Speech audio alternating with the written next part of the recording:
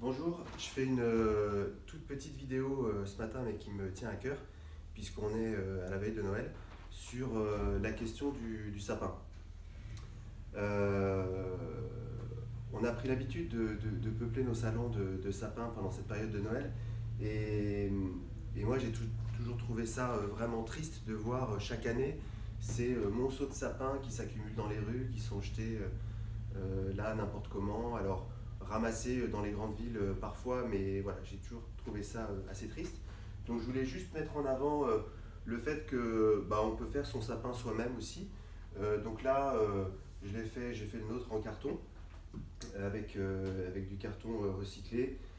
J'étais chez une copine qui venait de se faire livrer des meubles et puis très facilement j'ai pu faire un sapin que je trouve assez joli en carton, décoré.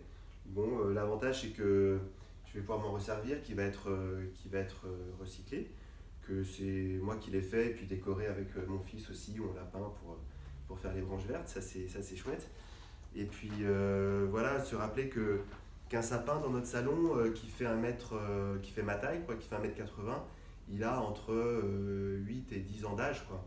Donc il a poussé pendant 10 ans dans une forêt, et puis nous on le fait crever pendant 3 semaines dans notre salon, ce qui est, ce qui est bizarre en fait, voilà. Et puis le sapin dans un salon à Noël, c'est pas du tout une tradition en fait, c'est une mode et on essaye de nous faire croire que c'est une tradition, mais pas du tout. Donc le sapin, il peut, si on a absolument besoin d'avoir un sapin dans son salon, on peut le faire en carton. Et puis si on a vraiment besoin de voir des sapins à Noël, et dans ce cas on va dans la forêt parce que en fait les sapins ils sont dans la forêt et puis ils sont là tout le temps, quoi. Donc c'est l'avantage. Voilà, je voulais juste dire ça. J'ai acheté pendant longtemps des sapins à une petite start-up qui s'appelait Trismas et qui livrait des sapins en pot avec leurs racines. Donc j'ai fait ça plusieurs années. Malheureusement, je me suis rendu compte après que alors, la start-up a été rachetée par un grand groupe de botanistes. Bon, mais ça, à la limite, c'est la vie des entreprises. Mais surtout, il y avait très peu de sapins qui survivaient à ça.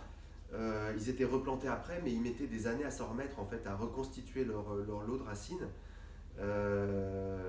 Et puis, ils subissaient un stress dans les appartements surchauffés, un stress hydrique, un stress thermique.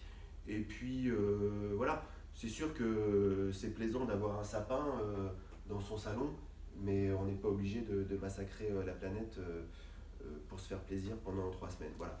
Et comme c'est juste pour porter des guirlandes et des petits ustensiles, voilà, c'est pas le plus utile et il y a plein de moyens de faire autrement. Allez, salut!